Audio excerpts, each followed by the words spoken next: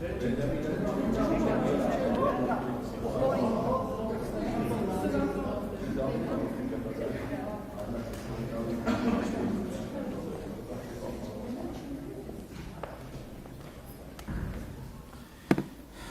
ձեզ, հարգելի լրագրողներ, առաջիկա 1 ժամվա ընթացքում պատրաստ եմ ձեր հարցերին պատասխանել, համեցեք։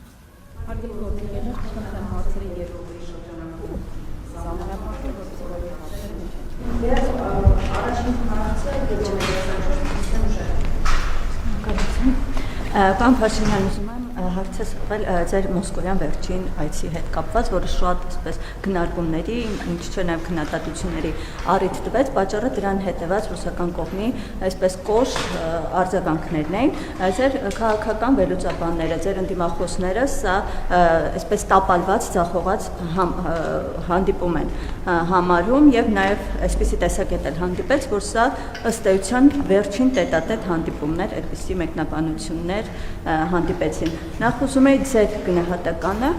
քանի որ ոչ այսպես կուլիսային հանդիպում են, եթե չեմ սխալվում, եղել է, դրա հետ կապված որքան հնարավոր է մանրամասներ, ինչ քննարկում է եղել եւ հանդիպումից հետո հանդիպան ընթացքում դուք եք նշել, որ կարող ենք ԵԱՏՄ-ի հետ համագործակցել, ցանկանում ենք համագործակցել, բայց հասկանում ենք, որ չենք կարող համատեղել ԵԱՏՄ-ը եւ ԵՄ-ըստ էության ինչ որ փուլի պետք է Հայաստանը որոշում կատարի կամ այս կողմ կամ այն կողմ, դրանից հետո ազգային ժողովի նախագահն էր ասել, որ եթե Ռուսաստանը գազի գինը թանկացնի, մենք եւ ԵԱՏՄ-ից եւ ՀԱՊԿ-ից դուրս ենք գալու։ Նախ սրա վերաբերյալ ձեր դիրքորոշումը ԵԱՏՄ-ից դուրս գալու, առհասարակ մոսկովյան այցի հետ կապված, ու որպես գործադիրի ղեկավար ձեր կարծիքը ԵԱՏՄ թե ԵՄ։ Նախ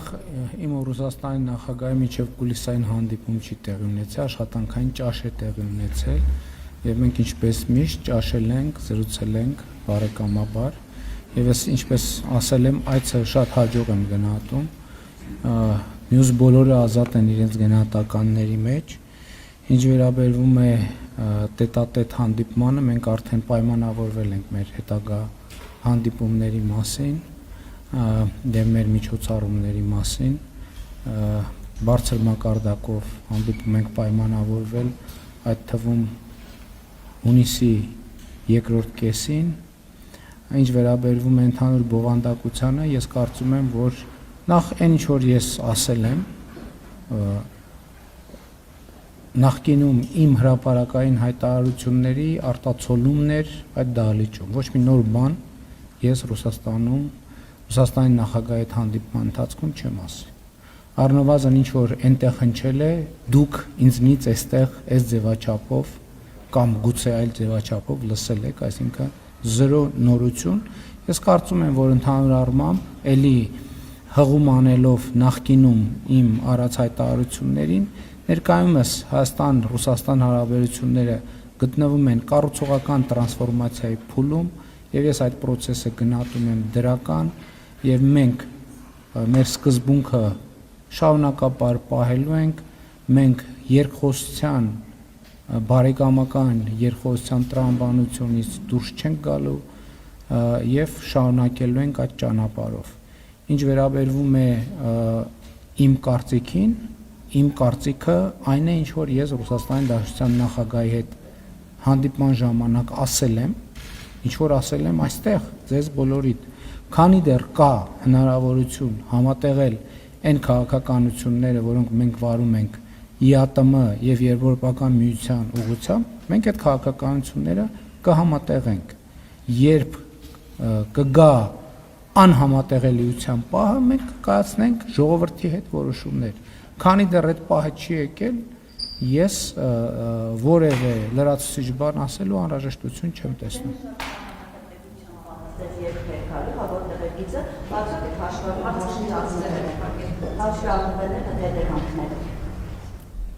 Ես կարծում եմ իմ հարցը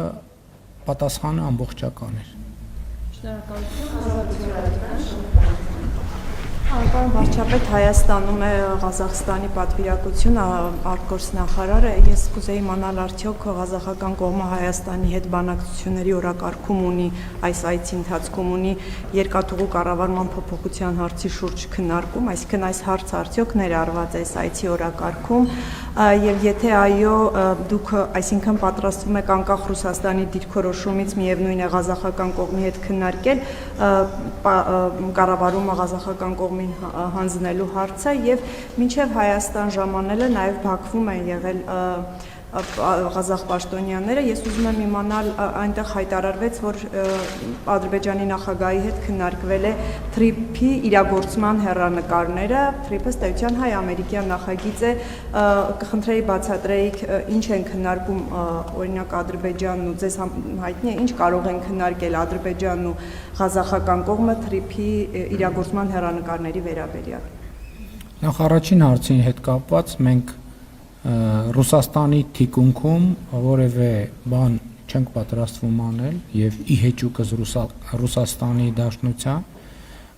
համենայն դեպս այս փուլում, քանի դեռ երկխոսության հնարավորությունները լայն են եւ բաց են, մենք շարունակելու ենք աշխատանքը,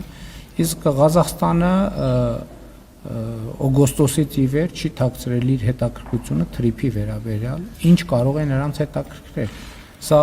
միջազգային հաղորդակցության նոր ուղի է բացվում եւ գիտեք, որ Ղազախստանը միջազգային տրանսպորտային ոլորտի խոշոր խաղացողներից է, խոշոր դերակատարներից է, մասնավորապես Չինաստանից եւ դեպի Չինաստան ապրանքների հոսքի առումով եւ Ղազախստանի մեր գործընկերները այդ հարցը մենք նաեւ իմ այցի ընթացքում ենք քննարկել, փորձում են հասկանալ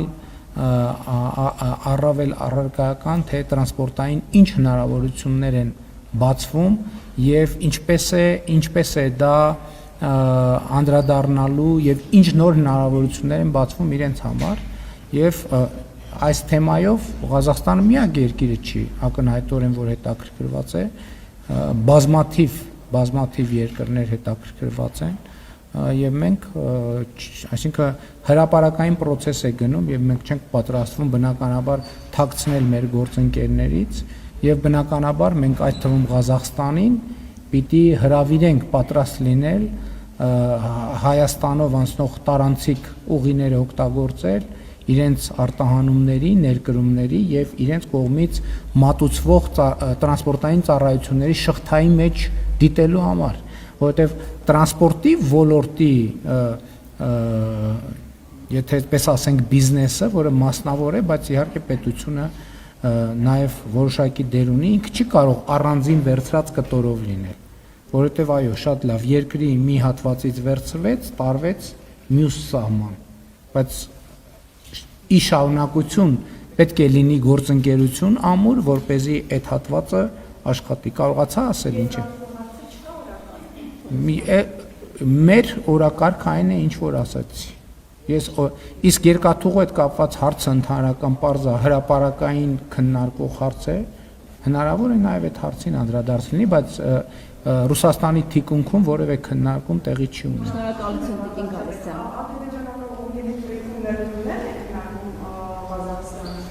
Ոչ, ադրբեջանական կողմի հետ ես ասեցի, որ տրանսպորտը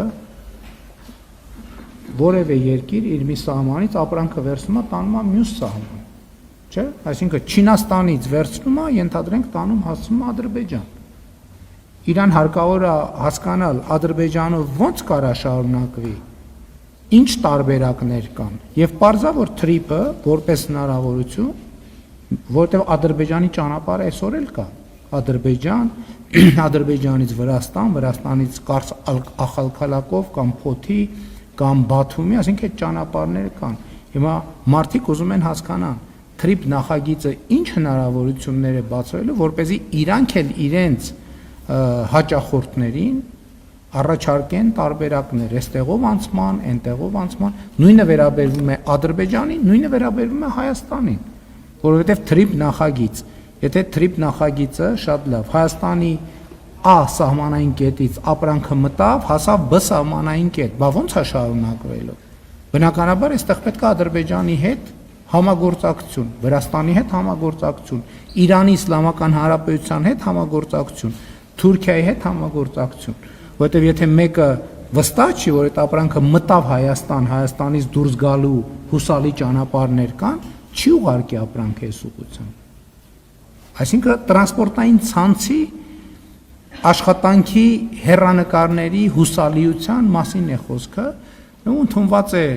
ասել, որպես այդ ամբողջ նախագիծը մենք խաղաղության խաչմերուկն ենք մեր մասում պատկերացնում, բայց ընդհանրական դա մեծ հաշվով միջին միջանցքի մասին է խոսքը կամ տրանս-կասպյան միջանցք են անվանում նաև, այսինքն այդպիսի բազմաթիվ նախագծեր կան։ Այսինքն պոտենցիալ օգտագործողները պիտի գան տեղում հասկանան, այս խոսակցությունը որ Հայաստանում կներեք, նույնիսկ Հայաստանում կան, չէ՞ մարդիկ, որ ասում են հա դե թուղթա գրած այլի, հա դա իրականություն չի դառնալու, եւ կասկած հայտնողներ, այդ մարդիկ էլ առավել եւս խոշոր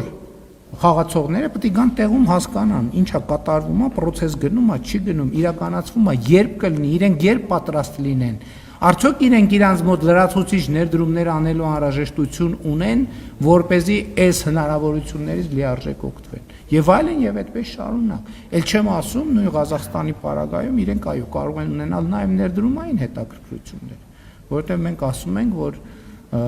եւ դա ակնհայտ է, որ ներդրումային հնարավորություններ են բացվելու եւ բնականաբար այդ ներդրումները օրինակ Ադրբեջանում էլ կարող են լինել, Հայաստանում էլ կարող են լինել, բայց որպեսզի համոզվեն, որ այդ ներդրումները յետ գնումը տեղի է ունենալու, մի անգամ էլ տեղում են ուզում հասկանան, այս իրոք խաղաղության տրամադրությունը խորն է եւ լուրջ է։ Իրոք փոխադարձ ներդրումները փոխադարձաբար օրինակ կարող են խնդիր առաջացնել, թե չէ, եւ այլն եւ այդպես շարունակ։ Շնորհակալություն, հաջորդ հարցը Օրագիր Նյուս։ Կին Գալստյան, Պարոն Փաշինյան, ասում եք, որ եթե սահմանադրական մեծամասնություն չստանաք, սեպտեմբերին աղետաբեր պատերազմ կլինի, ձեր գլխավոր մրցակից Սամվել Կարապետյանն էլ պնդում է, որ ձեր ընտրվելու դեպքում տնտեսական պատերազմ է լինելու։ Որքանով է նորմալ, որ իշխանության հավակնող երկու առանցքային ուժերը հանրությանը պատերազմով են սպառնում, եւ հաջորդ հարցս տեսակետ կա, որ դուք սահմանադրական մեծամասնություն եք ուզում, որ եթե ժողովուրդը մերժի նոր սահմանադրությունը, դուք այն խորհրդարանում ընդունեք եւ ասեք դա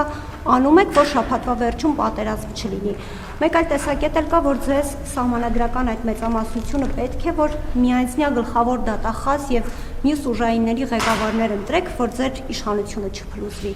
Ի վերջո, ինչի համար է ձեզ պետք սահմանադրական մեծամասնություն եւ խնդրում եմ կոնկրետ պատասխանել։ Հնարավոր է, կարող է լինել իրավիճակ, որ սահմանադրությունը խորհրդարանում ընդունվի։ Ոչ, չի կարող լինել։ Սահմանադրություն երկրում նոր սահմանադրություն չի կարող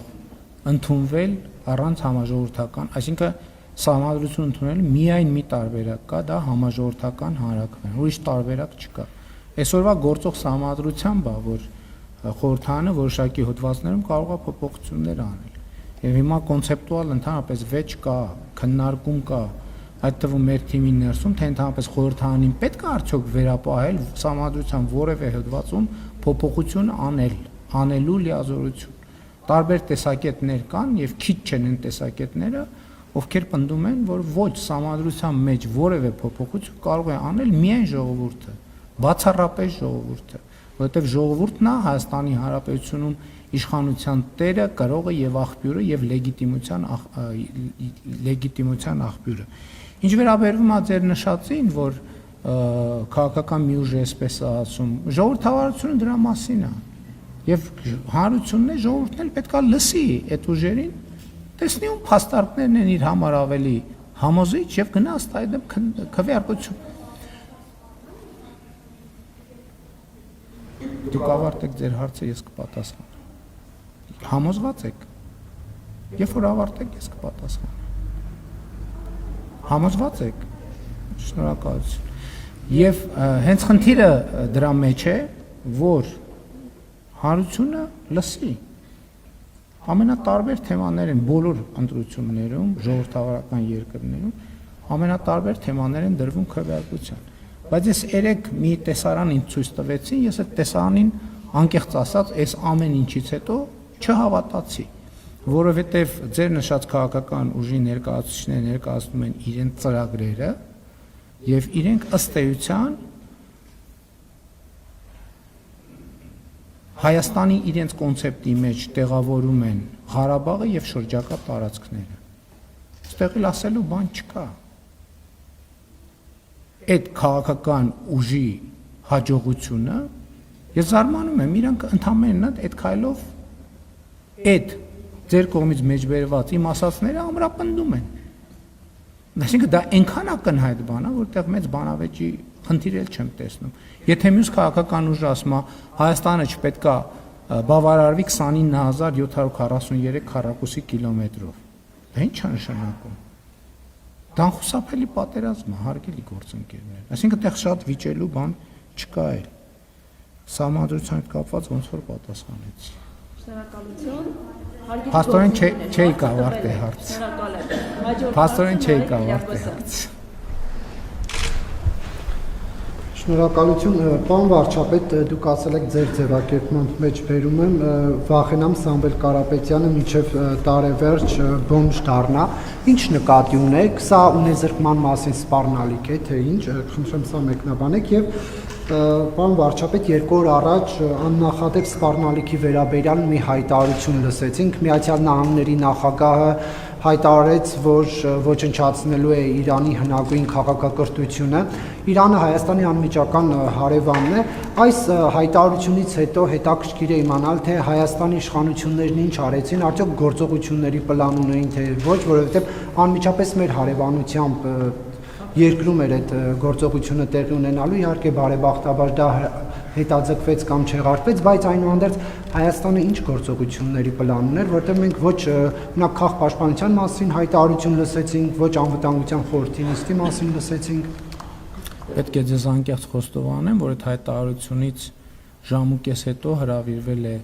անվտանգության խորհրդի ընդլայնված նիստ, որտեղ իրադրությունը քննարկվել է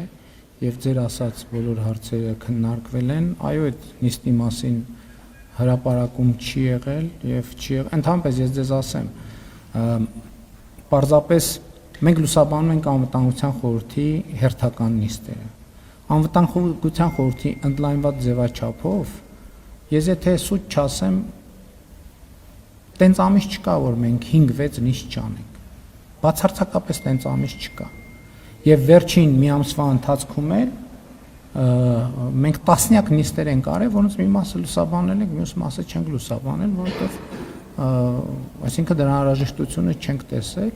Փորձել ենք այդ հայտարարությունը գնահատել մեր դիվանագիտական կապուղիներով մեր ունեցած տեղեկատվությունը գնահատել եւ այլն, այսինքն այդ աշխատանքի մեծ մասը գաղտնիության ռեժիմում է տեղի ունենում եւ բովանդակությունն էլ ամբողջությամբ գաղտնի է, բայց քանի որ դուք հարցը տվեցիք, ես ընդհանրապես այսքանը կարող եմ ասել։ Այո, հիմա գիտեք ինչ, արդեն տեսեք, ասում եք ունենալու էր, փառք Աստծո, հիմա ես 3 գրառմամբ ողջունել եմ եւ հիմա էլ ողջունում եմ հրադադարի շուրջ պայմանավորվածությունը եւ ես նաեւ երկու երկրների ղեկավարությանը ճանաչելով համոզված եմ, որ ամեն ինչ կարվի խաղաղ հանգուցալուծման համար եւ ուզում եմ նաեւ շնորհակալություն հայտնել նրանց երկու կողմերին հրադադարի համաձայնությունը ձեռք բերելու համար, որովհետեւ պատկերացնում եմ, թե դա ինչքան դժվար է տրվել։ Ինչ վերաբերվում է իմ հայտարարությանը, ես տեսա, որ ամենատարբեր մեկնաբանություններ կան, եթե զգացել եք իմ այդ հայտարարության մեջ սպառնալիքի որևէ էլեմենտ չկա, որովհետև ես խոսում եմ, ես չեմ ասում, ես խոստանում եմ կամ ես ասում եմ, ես վախենում եմ, որ այդպես տեղի կունենա, ինչ եմ վախենում, որովհետև կարծում եմ, որով ձեր նշած անձը այն խոստումները, որ տվել է որոշ շրջանակների, որոնք նաև Հայաստանից դուրս գտնվող որոշ շրջանակների, որոնք որոշակի բան ունեն, լծակներ ունեն նաև իր ունեցվածքի վրա, ակնհայտ է, որ ինքը իր ստանձնած պարտավորությունները չի կատարելու եւ ակնհայտ է, որ այդ ամբողջ ունեցվածքը իր ձեռքից վերցվելու է եւ ես դրա համար շատ ցավում եմ, որովհետեւ չի ուզենա, որ որևէ տեղ հայկական համարվող որևէ կապիտալ զրոյացվեր։ Չեմ կարող ասել։ Չեմ կարող ասել։ Թող ինքը ասի։ Համեն դեպս ես ուրիշների խոստումները հանրության ներկայացնող սուբյեկտը չեմ։ Դրա համար կան սուբյեկտներ, թող իրենք պարզաբանեն, ում ինչ են խոստացել, ում առաջ ինչ են պարտավորվել, ում ինչ են հավաստիացրել եւ այլն եւ այդպես շարունակ։ Դա մեզ հետ կապ չունի։ Մենք մեր process-ները թափանցիկ կերպով, որը էլի այս կոնտեքստի հետ կապ չունի, դուք գիտեք նաեւ Հայաստանի էլեկտրական ցանցեր ընկերության պատմությունը, որը հիմա ըստ էության պետականացված է դե ֆակտո եւ դե յուրեն էլ տեղի կունենա, բայց դա արվել է այդ թվում Հայաստանի սպառողների պահանջով։ Ես ուզում եմ հիշեցնել ձեզ, ես դրա մասին տասնյակ անգամ խոսել ենք եւ տասնյակ անգամներով աշխատանքային կարգով մենք զգուշացրել ենք, որ այսպես չի շարունակվելու։ Դա տևել է տարիներ եւ կայացվել է որոշում։ Հիմա Հայաստանի էլեկտրական ցանցերը Հայաստանի կառավարության, պետության, տիրապետության ներքո են եւ կշարունակեն այդպեսին լինել։ Եվ մեր պլանը էլ եմ ասում, որովհետեւ իրավական ընթացակարգեր կան, ես այսպես ասած իմ տեսադաշտում գտնվող հատվածը կարող եմ մեկնաբանել, որ մեր լավագույն նպատակադրումն է, որ այն դե յուրե արձանագրվի որպես Հայաստանի Հանրապետության սեփականություն եւ մենք միջազգային թափանցիկ մրցույթով հրավիրենք հնարավոր ամենաարդյունավետ եւ ամենապրոֆեսիոնալ կառավարչին, որպեսզի նա Հայաստանի էլեկտրական ցանցերը կառավարի այնպես, որպեսզի Հայաստանի սպառողների շահերը պաշտպանվեն եւ ոչ թե կառավարվի այնպես, որ մեր սպառողների հաշվին բանկերից տոկոսներով վարկեր վերցվեն եւ իրար միջև հարազատների, բարեկամների միջև բաշխվեն եւ Հայաստանի ընդհանուր զորամասերի եւ պետական մարմինների վրա հավելագրումներ անեն էլեկտրական հոսանքի, խնայելով որոշ լրագրողների։ Շնորհակալություն, հաջորդ հարցը։ Պարոն վարչապետ, հրապարակվել է ուժեղ Հայաստանի ընտրական ցուցակը, որը գլխավորում է Նարեկ Կարապետյանը, սակայն այս քաղաքական ուժը իր թեզը կառուցում այնպես, որ Սամվել Կարապետյանն է լինելու իրենց վարչապետի թեկնածուն։ Արդյոք այս քաղաքական ուժը իր քարոզարշավը չի կառուցել եւ կառուցելու նրա վրա, որպեսզի սահմանության տառն ու հոգին խեղաթյուն։ Դե գիտեք, հիմա կարծում եմ այլևս ամբողջ աշխարհը գիտի, որ ձեր նշած անձը չի կարող լինել վարչապետի թեկնածու եւ պատգամավորի կամ վարչապետի թեկնածու։ Դե Հայաստանի Հանրապետությունում դեռ մարդ կա, որ սրա հետ կապված պաշտ չի, որ ձեր նշած անձը չի կարող լինել վարչապետի թեկնածու եւ հետեւաբար վարչապետ, դա ինչ կարող եմ ասել ես։ Ես ընդհանրապես կարող եմ արձանագրել ակնհայտը, որպեսզի նրանց ում համար դա ակնհայտ չի, դառնա ակնհայտ։ Շնորհակալություն, հաջորդը Ավելի շուտ եկավ,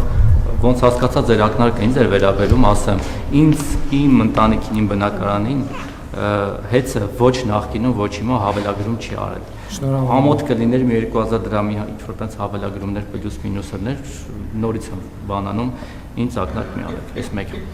Երեք հակակոռուպցիոն կոմիտեն 5 թե 6 խիստ վտանգավոր հանցագործի ձերբակալեց, որոնցից 3-ը նախկին պաշտոնյաներ էին Արման Սահակյանը, Արտեմ Ասատրյանը եւ Դավթյան Հայկը, հետո մի քանի ժամ հարցաքննելուց հետո ըստ մամուլի փողերը վերցրեց եւ բաց թողեց։ Հիմա այդ վտանգավոր հանցագործները դուրսն են։ Այս կոնտեքստում ես հիշեցի նախկին սրբերից մի երկուսի անունները, օրինակ Բուլկի Արամ անունով նախարար կար Արամ Հարությունյանը։ Այդ մարդը ձեր օրոք շատ բարեհաջող ձևով երկից թռավ, ու հիմա ոչ ոք չգիտի այդ մարդու տեղը, ոչ ոք չի հիշում այդ մարդու մասին, քաղաքական հայտարարություններ չեն արվում։ Նույնը Գագիկ Խաչատրյանը, որ 4 աշխատավարձով միլիարդատեր էր դարձել, ինքը էլ բարեհաջող թռավ, հետո հետ եկավ, հիմա նրա ընտանիքի անդամները բարեհաջող բիզնեսներ են անում, դուք էլ գնում եք լենտ եք կտրում բան։ Այդ մարդկանց մասին ոչ իման չի հիշում, բայց փոխարենը այլ նախկին սրբերի մասին է հիշում, կարող է դա նրանից է, որ քաղաքական հայտ չեն ներկայացրել, ընդդիմադիր բաներ հայտարարություններ չեն անում, դրա համար դուք չեք հիշում, սա իմիջիալոց մի դրական բան եմ ուզում, տենդենս եմ ուզում արձանագրել ձեր վիդեոներում, վերջերս Ձեր նայում եմ այդ ձեր վիդեոները առավոտյան, հատկապես որ հեգնում եք այդ ուժեղներին բանին, հələ ջիմ արաբան,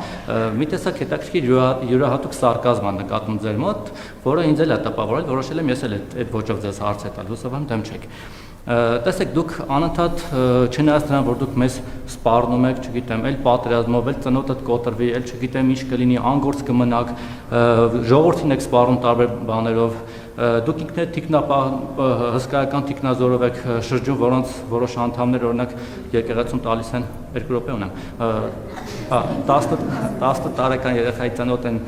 չգիտեմ, ջարդում, չնայած լավ թիկնապաներ ունեք իդեմս օրինակ ձեր լյովի եւ այլն, այդքանով հանդերձ մենք ձեզանից չենք վախենում։ Փոխարենը դուք ուզում եք, որ մենք վախենանք օրինակ Ռոբերտ Քոչարյանից, Սամվել Կարապետյանից, Գագիկ Ծառուկյանից, ինչի՞ մեզ երեքի անունը տալիս, որտեղ այդ երեքին դուք տես փաթեթով սարքել եք վերջերս ձեր տեսանյութերից մեկում բան եռագլուխ հրեշ ու ասում եք, որ այ եթե ինձ չընտրեք, այս մարդիկ են գալու, այդ հրեշները ձեզ չգիտեմ ինչ են անելու։ Ուզում եմ հասկանալ Ռոբերտ Քոչարյանի ինչից պիտի մենք վախենանք։ Դուք անձամբ վախենում եք Ռոբերտ Քոչարյանից։ Եթե վախենում եք, ես չգիտեմ, շփվել եք իր հետ թե չէ, ես որպես իր հետ շփված մարդ անկեղծ կարող եմ ասել, հեչ վախենալու չի։ Էլի ձեր ոճով ասեմ, դուխով, եղբայր, դուխով։ Իրանից վախենալ պետք չի, բայց խնդրում եմ Իրանով մեզ էլ մի վախեցրեք։ 18 թվին Սերժի Մերժեցիք, տեսանք ինչ եղավ, դուք ընտրվեցիք, 21 թվականի Քոչարյանով վախեցրիք, էլի ինքը եկավ դուք ընտրվեցիք, հիմա էլի ուզում եք Քոչարյանով վախեցնել։ Ինչի համար եք ուզում Քոչարյանով մեզ վախեցնել։ Կամ այն խեղճ Սարգսյանին ինչ եք բերել մեջ մտցրել, սարքել եռագլուխ։ Իրանք ինչով են վախենալու, ինչով են ավելի վախենալու, քան Արման Թաթոյանը, Սուրեն Պետրոսյանը, չգիտեմ, Գուրգեն Սիմոնյանը, էլ ինչ որ մարդիկ, ՀԱԿ-ը։ Շնորհակալություն։ Շնորհակալություն ձեր վերությունից։ Ընդհանրապես որևէ մեկին ժողովրդին առավել եւս վախեցնելը դա անհետեցություն է, որովհետեւ եթե վախենալ որևէ մեկից պետք է որպես ահարկու ուժի, դա ժողովուրդն է, որից որևէ մեկից վախենալու անհրաժեշտություն որևէ մեկը չունի, որովհետև Հայաստանում ժողովուրդը իշխանության բարձրագույն կրող է եւ աղբյուր է եւ կարող է կայացնել ցանկացած որոշումներ։ Հետեւաբար վախեցնել ժողովրդին դա կներեք ոչ ճիշտ ձևակերպում է, որովհետև ժողովուրդը գերագույն ուժ է, գերագույն իշխանություն է, իշխանության տեր է, իմ գործատուն է, իմ ղեկավարն է եւ ես չեմ կարող նույնիսկ մտքովս անցնել, որ ես ժողովրդին վախեցնեմ։ Էսա պատճառը, որ մենք նաեւ ժողովրդին փորձում ենք հաշվետու լինել մեր արածների, մեր չարածների մասին եւ հաղորդակցության մեջ լինել։ Ինչ վերաբերվում է ձեզ այդ հաղորդակցությանը, ես հաղորդակցվում եմ երբևէ գուցե ազատ ոճով, երբևէ գուցե ստեղծագործաբար, երբեմն գուցե պատկերավոր, երբեմն գուցե էմոցիոնալ, բայց ես չեմ հիշում, որ ես ձեզ սպառնացած լինեմ ծնոտ ջարդելով, ես ընդհակառակը հիշատակել եմ այն դեպքը, որի մասին դուք ինքներդ եք պատմել, ես այդտեղ ներկա չեմ եղել, կներեք, ես նկատում եմ, որը մեկին սպառնալու ընդհանրապես միտում եւ մտադրություն չունեմ, ինչ վերաբերում այդ վախենում ես, չես վախենում, այդ բան անիմաստ խոսակցություն է։ Ինչ վերաբերվում է պետական պահպանության ծառայությանը, պետական պահպանության ծառայությունը ինստիտուտ է, որը աշխատում է իր գործառույթները իրականացնելու ուղղությամբ եւ պետք է աշխատի իր գործառույթները իրականացնելու ուղղությամբ։ Ձեր մյուս հարցերին, ձեր նշած բոլոր անձանց վերաբերյալ կան իրավական գործընթացներ։ Մի մասը գտնվում են հետախուզման մեջ, մի մասը ինչքան գիտեմ խափանման միջոց կա ընտրված, մի մասով ապօրինի գույքի բռնագանձման գործընթացներ են տեղ ունենում, ոչ ոք չի մոռացվել եւ ոչինչ չի մոռացվել։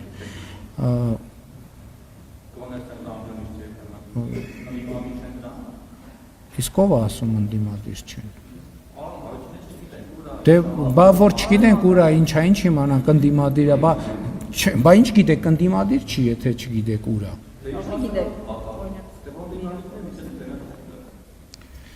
Ինչ վերաբերվում է ձեր առաջին հարցին, ուզում եմ ուշադրություն հրավիրել, որ տեղի է ունեցել հետսում մի շատ տարօրինակ ճակերտավոր պատահականություն։ 2000 չեմ հիշում ճիշտն ասած 24 կամ 23 թվին նախորդող վճարումների ամբողջ հաշվեկշիռը անհետացել է։ Պատկերացնում եք, անհետացել է։ Այսինքն, եթե հիմա որևէ մեկը փորձի հետ գնալ եւ պարզել 2 տարի առաջ քաղաքացուց գանձված էլեկտրաէներգիայի գումարը ճիշտ է հաշվարկվել թե չէ, ավելա գանձվել թե չէ, այդ ինֆորմացիան անհետացել է հեծից ձեր նշած անձանց կառավարման ներքո։ Ինչի անհետացել։ Կարա պատահական կամ այդ ինչ ընկերություն է, այդ ինչ կառավարում է, որ ամբողջ բազան անհետանում է։ Դուք չգիտեք, դուք չեք կարող ասել, դուք ճիշտ է տենց բան պնդում եք, որ ձեր վրա ոչ մի հավելագրում չի, դուք չեք կարող դա ասել։ Դուք չեք կարող դա ասել, որովհետև օրինակ 2022 թվականի ձեր վճարումների բազան անհետացել է։ Չկա, գոյություն չունի։ Ոչ մեկ չի կարող, նույնիսկ փորձաքննությունը չի կարող ասել ձեզ ավել գրել են, թե չէ։ Հենց որ ինչպես ասում է, տենց ուվերենի մի ասեք։ Շնորհակալություն, հաջորդ հարցը մեդիահաբ։ Պարոն Փաշինյան, Ռուսաստանը արդեն սկսել է վատ մեջ դնել հայ տնտեսվարողներին, մասնավորապես ծաղիկի ու կոնյակի շուկայի տնտեսվարողները մեծ խնդիրների առաջ են կանգնել։ Եթե խնդիրները ընդլայնվի, ինչի մասին նաև խոսում են ռուս փորձագետներն ու վերլուծաբանները, ինչ են անելու տնտեսվարողները եւ հարցին որպես շարունակություն։ Եթե հաջորդ քայլով ռուսական գազը թանկանա, ինչ է անելու Հայաստանը, ինչ սցենար ունի այս իրավիճակում։ Շվեյկը ասում էր, եթե իմ մորաքույրը տղամարդ լիներ, ես նրան քեռի կասեի։ Հիմա գալիս եք եթե։ Իսկ եթե չլինի, ինչ են անելու նրանք, ովքեր հիմա ասում են, որ եթե լինի, ինչ է անելու կառավարությունը։ Հայաստանը վաղուց պատրաստ է բոլոր սցենարներին, բայց ելի ուզում եմ ասել, որ ամեն դեպք պետք է խորանալ, փաստական հանգամանքը նայել, որովհետև չի կարելի տենց մի հատ ընդհանուր պատկեր նկարագրել եւ այդ պատկերի հովանոցի ներքո վարկածներ առաջ քաշել։ 2018 թվականից ես տասնյակ անգամներ հրապարակային եւ տասնյակ անգամներ ոչ հրապարակային խոսել եմ երկրում արտադրության ստանդարտիզացիայի անհրաժեշտության մասին։ Եվ մենք միլիոնավոր դոլարներ ենք հատկացրել տնտեսությանը, որպեսզի իրենց արտադրանքը ստանդարտիզացիայի ենթարկեն։ Հարգելի գործընկերներ, Ես չեմ տեսնում խնդիրներ։ Այն խնդիրները, որ կան, որոնք կապված են տնտեսության արդիականացման, այսօր կառավարության նիստում էլ էկոնոմիկայի նախարարը դրան անդրադարձավ, որոնք վերաբերում են տնտեսության արդիականացմանը, մենք աջակցել ենք, աջակցում ենք եւ շարունակելու ենք աջակցել տնտեսվարողներին։ Բայց մենք նաեւ համաձայն չենք, որ այդ թվում տեխնիկական խնդիրները փորձ արվեն քաղաքական հովանոցի ներքո այլ կերպ ներկայացնել։ Եվրասիական տնտեսական միությունում կան հստակ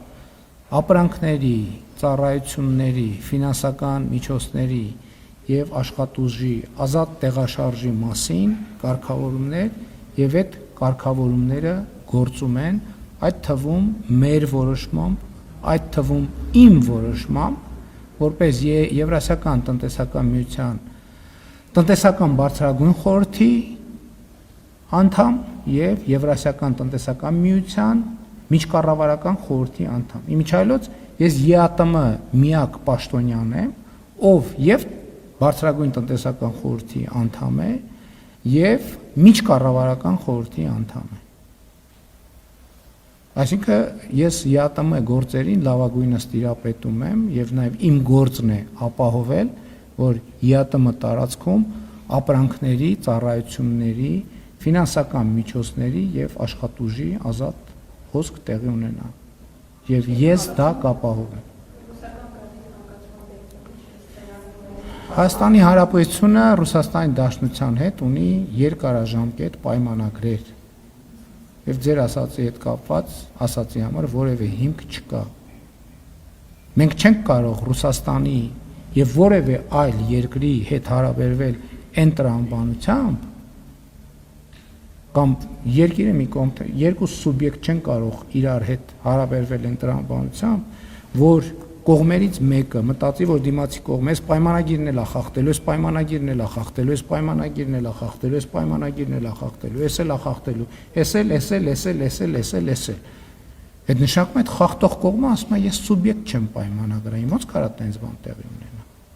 Շնորհակալություն, հաջորդ հարցը հանրային հարցերից։ Շնորհակալ եմ, պարոն վարչապետ, ուժեղ Հայաստան կուսակցության վերաբերյալ ասում եք, որ շուտով փակելու եք նրանց փողերի ապօրինի շրջանառության համակարգը, ինչի մասին էր խոսքը, ընտրակաշարքների հայտնի դարձող գործերի, թե մի ուրիշ բանի։ Ես կուսակցության մասին եմ խոսել, թե անձի մասին եմ խոսել։ Այդ կուսակցությունները Հայաստանի Հանրապետությունում ընդհանրապես կուսակցության մասին ես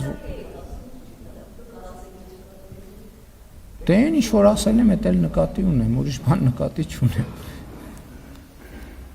Ապօրինի շրջանառությունները կասեցնում ենք եւ կասեցնելու ենք։ Եվ դա պետության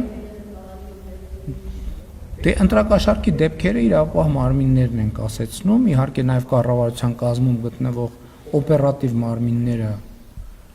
նույնպես այդ ուղղությամբ աշխատանք են անում, բայց մեր կարգավորումների շրջանակում օրինականության պահպանման տեսակետից։ Շնորհակալություն, հաջորդ հարցը Շանթ Պարոն վարչապետ, հարցեր ունեի, բայց որ չկրկնվեմ երկաթուղու թրիփի մասով, վաղուց ինձ հետաքրքրում է նաև այս հարցը։ Երջանկայիշատակ անվանի դերասան Սոս Սարգսյանը ժամանակին ես եմ գեղարվեստական ֆիլմում, երբ իմացավ իրենց գյուղ եկած ժամկետային զինծառայողը ճանապարհաշինարարի մասնագիտությունն է ընտրել, ասաց գիտես ինչ, այս Երևան տանող ճանապարհները սխալ են սարքել, միակողմանի է, գնացող կա, եկող չկա։ Պարոն վարչապետ, խնդիրը այսօր էլ է արդիական եւ մեզնից երևի ինչ-որ մասը մարզերից է եւ երիտասարդների, այսպես ասած, արտագաղթը դեպի Երևան շարունակվում է։ Ունենք գերծանրաբեռնված Երևան եւ մարզերում գրավչությունը ինչպես բարձրացնել։ Կառավարությունը համաչափ զարգացման տեսանկյունից ինչ ծրագրեր է նախատեսում։ Գիտենք բնակարանների մասին, էլ ինչ անեն, որ երիտասարդը ավելի բարձր վարձատրվի եւ մնա մարզերում եւ ժամանակին հիշում եմ ինչ-որ նախարարություններ նույնիսկ մարզեր տանելու խոսակցություններ կային։ Շնորհակալություն։ Այդ մեր մտածողության ձևը, որ ինչ որ հարց լուծելու բանը ճանապարհը կամ նախարարություն ստեղծելն է, կամ նախարարություն տեղափոխելն է, կամ նախարարությունը մեծացնելն է, կամ հաստիկները ավելացնելն է, ոչ թե չի։ Մենք դա անում ենք, որովհետև այն գյուղում, որտեղ ճանապարհ չկա, երիտասարդը ինչի պետք է ապրի։ Երեք մենք գտնվում ենք Կոտայքի մարզի Աղավնաձոր գյուղում, որտեղ կառավարության գրանտով համաֆինանսավորմամբ ստեղծվել է երիտասարդական կենտրոն։ Այդպիսի տասնյակ կենտրոններ են ստեղծվել Հայաստանի տարբեր մարզերում եւ դեպի այդ կենտրոն գնացող ճանապարհները նորոգվել են։ Մոտակայքում կառուցվել են մարզական հրապարակներ, խաղադաշտեր, նոր դպրոցներ, մանկապարտեզներ։ Երիտասարդը մարզում նստել սուրճ խմելու, քննարկում անելու հնարավորություն չունի։ Եվ այդ ծրագիրը իմ անձնական նախաձեռնությունն է, որ որպես մարզում ծնված մեծացած մարդ, ով գիտի, որ բանից այսպես ալկոհոլազերծ միջավայրեր, որտեղ մարդիկ ուղղակի կարող են նստել, քննարկել, չկա։ Դրա համար լոֆտի հետ համագործակցությամբ Մեղրիում, Վանաձորում, Իջևանում ստեղծվել են եւ Հրազդանում, Աղավնաձորում ասցի, Ապարանում գիտեմ, որ ստեղծվել են եւ հանրապետությունում ստեղծվում են մարզային կենտրոններ։ Այսօր ամբողջ հանրապետությունը ինտերնետ ունի, որովհետեւ երիտասարդը, որը գործունեություն է ծավալում մի խորունկ ձորում, ինքը ժամանակակից մարդը չի կարող առանց ինտերնետի։ Դրա համար այսօր ինտերնետ կա։ Հայաստանի Հանրապետության բոլոր սարերում եւ բոլոր ձորերում կա ակտիվ ուժեղ ինտերնետ։ Հայաստանի Հանրապետությունում YouTube-ը մոնետիզացված այլևս, որ այդ թվում երիտասարդները իրենց գյուղական կյանքի մասին բլոգներ վարելով կարողանան գումարներ վաստակել։ Հիմա փորձարկման շրջանը մայիսից արդեն կլինի։ այսինքն կներեք դա ումի process չի, 1000 ներողություն մեքենա վարում եք, հա։ Այսինքն դա մի process չի, որ արգելակես հետո 1000 ներողություն ռուչնոյ տորմուզը քաշես ու վերջ կանգնի։ Բայց տասնյակ տարիներով գնացած process-ը դանդաղեցնելու, կանգնեցնելու, հա, ուրիշ բան ենք անում։ Այսօր տենց էլ չի կարող, օրինակ Պաշտպան հայրենիաց ծրագիրը ինչ դերակատարում ունի։ Պաշտպան հայրենիաց ծրագրով զորակոչիկը դառնում է պայմանագրային զինծառայող, ապրում է իր տանը, իր միջավայրում եւ ստանում է 200,000, 300,000, 400,000, 500,000, 600,000, 700,000 դրամ աշխատավարձ։ Այդ ամեն ինչը դրա համար են։ Բա երիտասարդն ինչի է գալիս Երևան, որովհետև ուզում է իր երեխան նորմալ դպրոց գնա։ Այսօր բազմաթիվ մարզերում, բազմաթիվ գյուղերում կան այնպիսի դպրոցներ, որ Երևանում այդպիսի դպրոց չկա։ Երիտասարդն ինչի է գալիս Երևան, ուզում է իր երեխան մանկապարտեզում լինի, որ ինքն էլ կինն էլ աշխատելու եւ ընտանիքում ներդրում անելու հնարավորություն ունենա։ Այսօր հանրապետության մենք 500 մանկապարտեզի ծրագիրը ավարտում ենք։ Հաջորդ փուլում արդեն նախընտրական ծրագրի մեջ նշել ենք 100 մանկապարտեզ։ Ինչ ենք նշել 100 մանկապարտեզ, որովհետև մտածում ենք, որ արդեն այնքան կառուցել են, որ մոտավորապես 100-ի պահանջարկ է մնում դրանից հետո։ Չնայած պարզվի 100 չի, 150-ը 150-ը կկառուցենք, պարզվի 200-ը 200 կկառուցենք։ Բայց ամեն ինչը դրա մասին է, որ Հայաստանում туриզմի առաջին եռամսյակում Հայաստանում ներգնա տուրիստների բացարձակ պատմական ռեկորդ է գրանցվել։ Բայց դա ինչի մասին է։ Դա նրա մասին է, որ երիտասարդը իր գյուղում կարող է հնարավորություն ունի մի փոքր բիզնես դնել տուրիստական ոլորտի, туриզմը գրավիչ դարձնելու համար։ Իմ մայրենի գյուղը, ասեմ, Հաղարծին գյուղը, որ բազմաթիվ երիտասարդներ ինչ են անում։ Իրանց հին վիլիսները դզում են կամ նիվաները դզում են, փչում են, գույներով ներկում են եւ զբոսաշրջիկներին տան բարձրացնում են դիմաց սար, իջեցնում են եւ շատ ավելի մեծ գումարներ են աշխատում, քան նախկինում կարող էին անել փայտի հետ կապված կամ անտառահատման հետ կապված գործերով եւ այլն եւ այդպես շարունակ։ Երեք ես բան գյուղից Արա գյուղից նոր ավտոճանապարհով եկա հասա Բջնի։ Տասնյակ տուրիստական օբյեկտներ են նոր ձևավորվում, տասնյակ, որոնք շինարարության փուլում են, որոնց մի մասը կհասցնի այս սեզոնում բացվել, մյուս մասը չի հասցնի։ Բայց դա ինչի մասին է։ Դա երիտասարդների իրանց գյուղում ապրելու մասին է։ Ենոքավան գյուղում այսօր իմ արդեն հայրական գյուղում, Հաղարծինը մայրական կողմի գյուղն է։ Տասնյակ երիտասարդ ճանապարհը նախ գտնվում է փայլուն վիճակում, իր պատմության մեջ տենց ճանապարհ չի եղել, տասնյակ երիտասարդներ են այնտեղ աշխատում եւ ընդհակառակը այդ են դեպքն է, որ Երևանից են գնում աշխատանքի։ Օրինակ այնտեղի ռեզորտներում Երևանից հանրապետության տարբեր մարզերից աշխատող տասնյակ երիտասարդներ կան։ Եվ հետեւաբար այս էլ այն դեպքը, որ մեր ինֆորմացիաների իներցիոն է, ամբողջական չի։ Նոր հիշեցի, Ենոքավանում օրինակ տասնյակ մարդիկ կան, որ Երևանից են գնում, այնտեղ աշխատում։ Շնորհակալություն, հաջորդ հարցը Նյուզային։ Պարոն Փաշինյան, ԵԱՏՄ-ի հետ կապված, գազգնի թանկացման հետ կապված, դուք ասացիք, որ եթե թանկացնեն, պայմանավորվածության խախտում կլինի։ Ես այդպիսի բան չասեցի։ Դա ասեք ինչպես։ Ես այդպիսի բան չասեցի։ Ես ասացի, որ ես այդ հարցը չեմ քննարկում, որովհետև մենք ունենք երկարաժամկետ պայմանագիր։ Երկարաժամկետ պայմանագրի խախտում կլինի, եթե այս բանին գազի գինը բարձրանա։ Ես ասացի, ես տենց սցենար չեմ քննարկում։ Ես ուրիշ բան ասացի, խնդրում եմ, ես ասացի, ո՞նց կարանք մենք խոսենք այն կանխավարկածում, որ բոլոր պայմանագրերը խախտելու են։ Ես այդ կանխավարկածով չեմ առաջնորդվում։ ԵԱՏՄ այս երկընտրանքի հետ կապված ինչը պետք է վճռորոշ լինի, պարոն Փաշինյան, որ դուք որոշեք, որ մենք կամ ԵԱՏՄ-ում ենք մնում, կամ գնում ենք ԵՄ, որովհետև դուք ասում եք դեռ ժամանակ ունեմ, բայց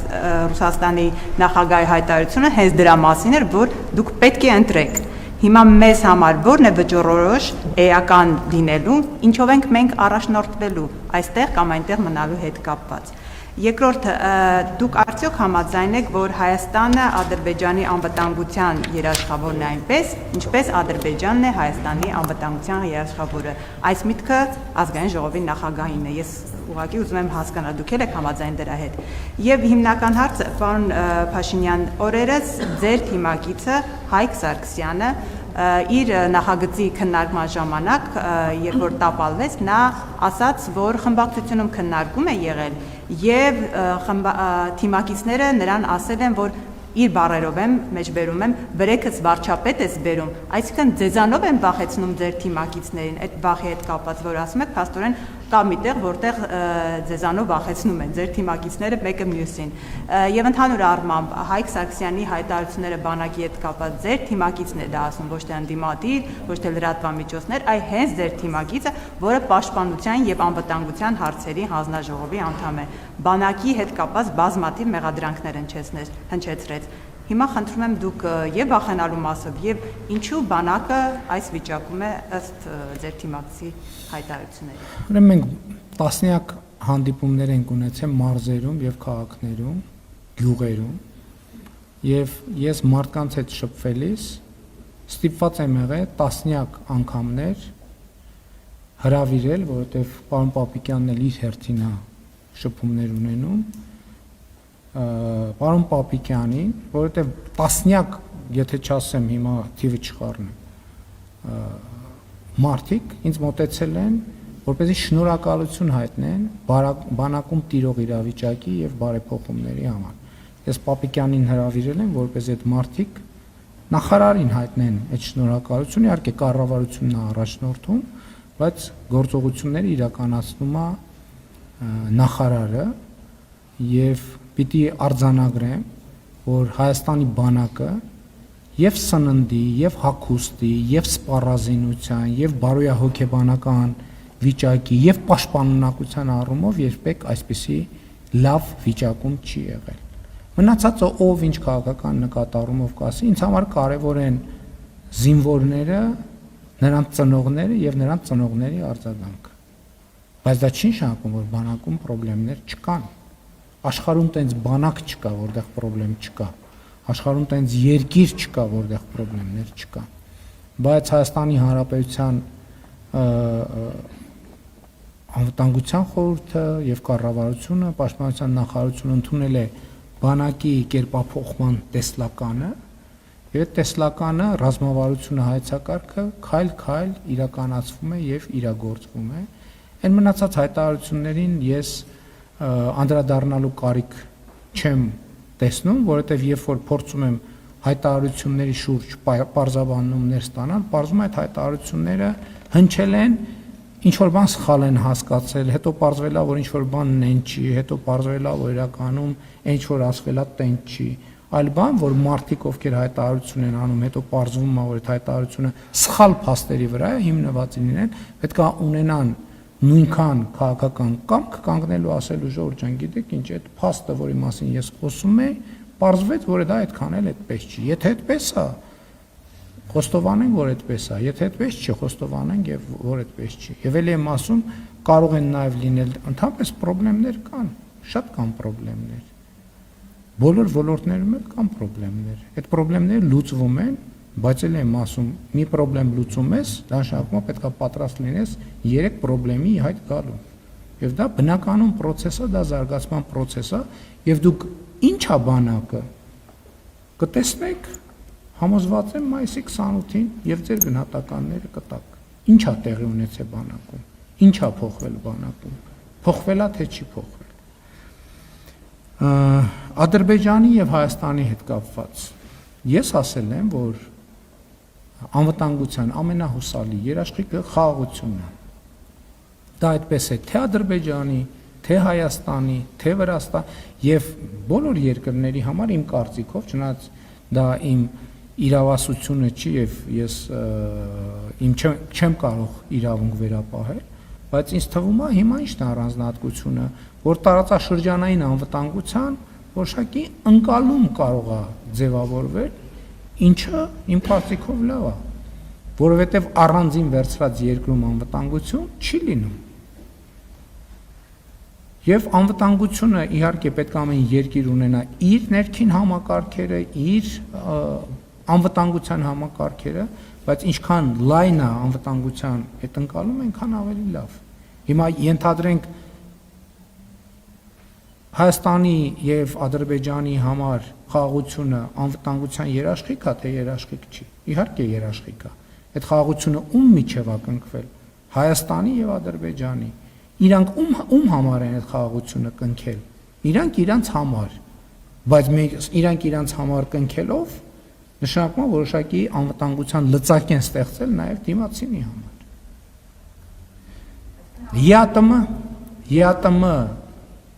ԵԱՏՄ ասիկ որն է այն պահը, որ ես պետքա որոշեմ։ Ես որոշել եմ եւ իմ որոշման մասին հայտարարել եմ, որ քանի դա համատեղելի է, մենք կհամատեղենք։ Ոչ մեկ չի ասել, չէ, համատեղելի չի։ Կամ եթե որևէ մեկը ասում է, չէ, համատեղելի չի, փաստն է նա, որ համատեղելի է։ Հիմա այսօրվա իրականությունը եւ նախորդող շրջանի իրականությունը դրա մասին է, որ համատեղելի է, որովհետեւ մենք ես ասում եմ, որ դուք հարցրեք ես որն է լինելու կետը, որ ես որոշել եմ արդեն եւ որոշումս հայտարարել եմ։ Շնորհակալություն, հաջորդ հարցը։ Ես որոշել եմ, ես որոշումս հայտարարել եմ, հրապարակել եմ, գաղտնիք չի, տասնյակ անգամներ։ Մեր հաջորդ հարցը Անահիտ։ Պարոն Փաշինյան, ձեր Արտոշարասյան կողմից վրաերթի ենթարկված հղի կնոջ դեպքում մեղադրյալ կա, մեղավոր կա Արամ Նավասարդյանը, որը մինչ օրս ոչ մի օր բանտում չի հայտնվել, ոչ մի օր պատասխանատվության չի ենթարկվել։ Սուրբ Հանա եկեղեցում ձեր մասնակցությամբ միջադեպի դեպքում տուժող չկա, բայց դպրոցական տղան, որն ունի առողջական խնդիրներ, հիմա կալանավայրում է։ Ինչու է ձեր օրոք ժողովրդավարության բաստիոնում Հայաստանում արդարադատությունը ընտրովի եւ պարոն Փաշինյան, դուք ասում եք, որ եթե դուք վարչապետ չընտրվեք, մենք լրագրողներս 4 ժամ հետո մնալու ենք անգործ, հայտնվելու ենք ֆայլաբազարում։ Իսկ մտածել եք, եթե դուք վարչապետ չընտրվեք, դուք ուր եք հայտնվելու, ձեր ընդդիմախոսներն օրինակ ասում են բանտում, նման հեռանկար պատկերացնում եք։ Գիտեք, ես իմ կյանքում բոլոր հնարավոր տեղերում եղել եմ, այնպես որ ինձ ոչ մի բանով չեք զարմացնի։ Ես գործազուրկել եմ եղել, բանտումել եմ եղել, Հայաստանի Հանրապետությունում չգիտեմ քանի քրեակատարական հիմնարկ կա, որ հիմա ուզենամ հաշվեմ, բայց ես ոնց որ թե առնվազն 4-5 քրեակատարական հիմնարկում եղել եմ։ Այսինքն նկատի ունեմ կյանքում տենց իրավիճակներ շատ քիչ կան, որում ես չեմ եղել, այնպես որ որևէ մեկը ինձ դրանով, այդ խոսույթներով չի զարմացնի, այստեղ առանձնահատկությունն է նա, որ ես մի բանի մասին խոսելիս գիտեմ ինչի մասին եմ խոսում, իսկ բազմաթիվ մարդիկ այդ նույն բանի մասին խոսելիս չգիտեն ինչի մասին են խոսում, որովհետև իրանք այդ բաները տեսել են կինոյում, գրքում չեն տեսել, որովհետև գիրք չեն կարդացել եւ պատմել են իրանց։ Իսկ ես ինչի մասին խոսում եմ, գիտեմ ինչի մասին եմ խոսում։ Արդարադատության մասին, գիտեք, արդարադատության ոլորտում մենք բազմաթիվ խնդիրներ ունենք, այնպես չի, որ մենք երջանիկ ենք Հայաստանում արդարադատության վիճակով, բայց դա չի նշանակում, որ ես ձեր նշած դեպքերը գնահատում եմ կամ պիտի գնահատեմ նույն կերպ, ինչպես դուք եք գնահատում, յուրաքանչյուրը ազատ է անել եւ ունենալ իր գնահատականը, արդարադատության համակարգն էլ պետք է գործի իրավասության շրջանակներում։ Մենք էլ պիտի բարեփոխումներ արդարադատության ոլորտի որպես դրա իրավասությունը ունեցող ինստիտուտներ շարունակենք այնքան ժամանակ, մինչև մենք ավելի լավ, ավելի լուրջ եւ ավելի ամբողջական վերաբերվենք արդարադատությանը։ Շնորհակալություն։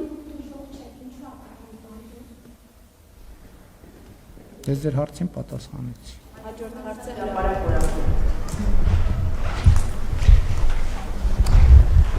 Պարոն Փաշինյան, քաղաքական այն ուժերը, որոնք հայտ են ներկայացրել մասնակցելու խորհրդարանական ընտրություններին, այդ ուժերին դուք ձեր թիմակիցները հատկապես վերջի շրջանում պարբերաբար թիրախավորում եք։ Հիմա դուք ինչ եք ուզում, որևէ ուժ չմասնակցի այդ ընտրություններին կամ օրինակ կարող եք ասել, թվարկել, որ ուժերը մասնակցեն, որոնց մասնակցությունը ձեզ չի վրդովվեցնի կամ որոնց հարգանքով դուք կվերաբերվեք։ Քաղաքականությունը ընդհանրապես հատկապես ժողովրդավարական երկրներում եւ հատկապես ընտրական շրջանում նրա մասին է, որ քեզ թիրախավորում են, դու ես թիրախավորում, հետո քեզ են թիրախավորում, հետո դու ես թիրախավորում, այսինքն բայց հակառակն էլ ասենք, այսինքն մեզ թիրախավորեն, մենք չթիրախավորենք, դա քաղաքական գործընթաց է։ Ես բոլոր ուժերին էլ վերաբերվում եմ հարգանքով, ժողովրդավարությանը վերաբերվում եմ հարգանքով եւ հիմնականում հարգանքի չափաբաժինը նաեւ որոշակի կապ ունի նրա հետ, թե ինչքանով են իրենք հարգալից, որովհետեւ դա հաղորդակից անոթի տրամաբանություն է, մենք վակուումում չենք կարող ապրել։ Այսինքն ինչքան կլինեն հարգալից, այնքան կստանան հարգանք, ինչքան կլինեն անհարգալից, այնքան կստանան անհարգալից պատասխան, իհարկե շատ ավելի պակաս անհարգալից, քան նրանք ցուցաբերում։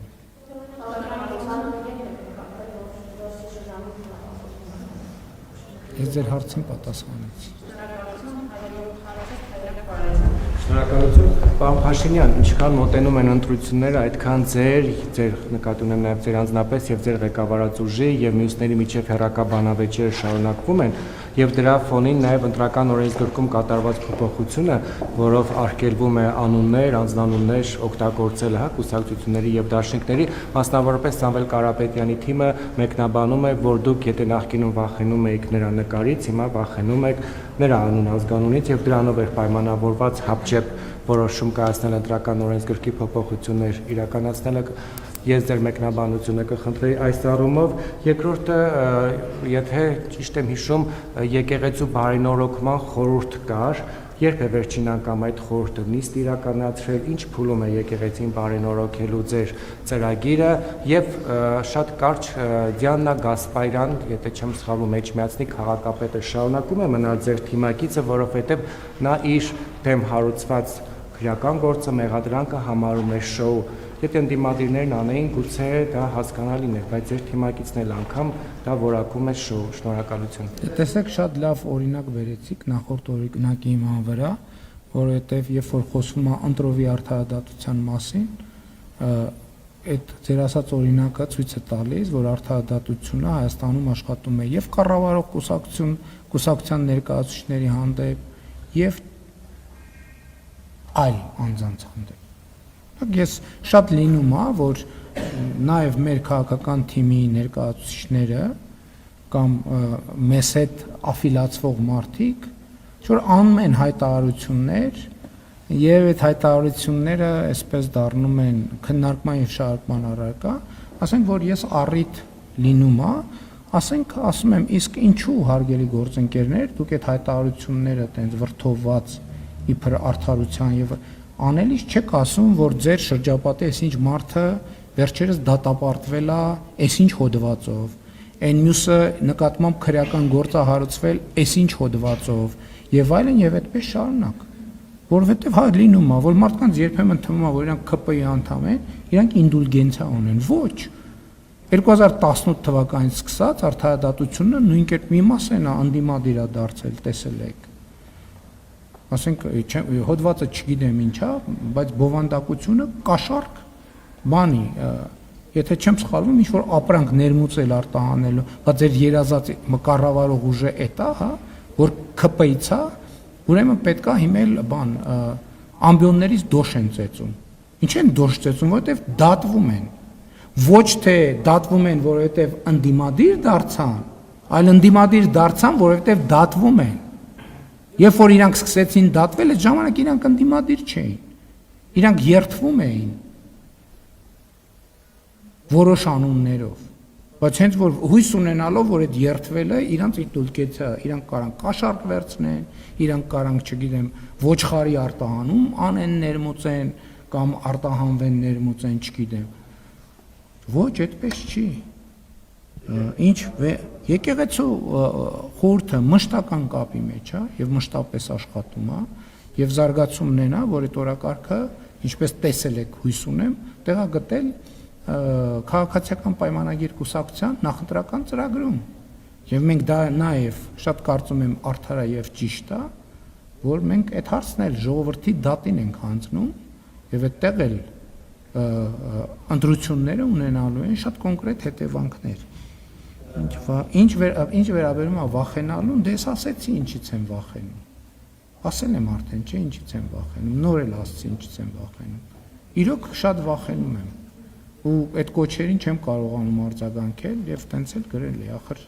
վախենում եմ։ Ես ճիշտն ասած չեմ կարող ասել ինքը ֆորմալ կուսակցության անդամ է թե չէ, այս բան պատրաստ չեմ։ Համեն դեպս ներգրաված չի որևէ ձևով, որևէ աշխատանք։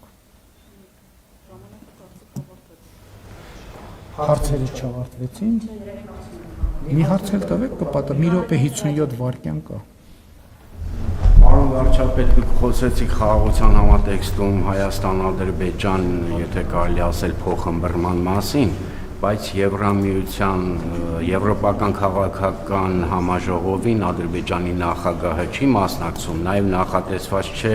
պատվիրակության այց, արդյոք սա մտահոգիչ չէ, եթե հաշվի առնենք, որ վերջին շրջանում Հայաստան-Ադրբեջան շփումները բավականին կարծես դանդաղել են,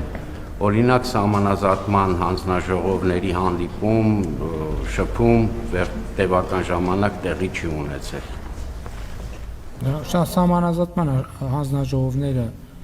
ըստ էության մշտապես աշխատում են, ես դրա մասին ասել եմ, որովհետև աշխատանքը պարտադիր չի առերես տեղի ունենա, եւ նաեւ որոշակի այդ աշխատանքից բխող, երբ որ հանդիպման անհրաժեշտություն լինի, կլինի նաեւ հանդիպում։ Ինչ վերաբերում է ձեր հարցին մտահոգիչ է, թե մտահոգիչ չի, էլ եմ ասում, էս էլ են դեպքնա կներեք, որն է չի, որ արգելակը սեղմեցիր, վերջ։ Վերջ եկեք ժողովուրդ ջան, արձանագրենք, որ մենք արդեն մոտ 40-ամյա թշնամանքի մասին ենք խոսում։ Այսինքն այդ 40-ամյա թշնամանքը տենց բան է, որ ասենք անջատիցը անջատեցինք եւ վերջ։ Դա process է, որը պետքա գնա։ Ես հիմի վստահ չեմ, որ այս տարի բանում Բաքվում լներ եվրոպական քաղաքական համայնքի գագաթաժողովը, այսինքն նախորդիվ կոպ կար, ես չգնացի։ Եվ Ադրբեջանից նույն կերպ հայտարարություններ հնչեցին, բարձոք սա մտահոգիչ չի, որ եւ այլն այս խաղաղության միջավայրում տեղի նկատի ունեմ, դա process է, դա մի գործողությունով։ Շնորհակալություն։ Երկու գործընկերոջ հարց մնաց, հաջորդին կսկսենք իրենցից։ Շատ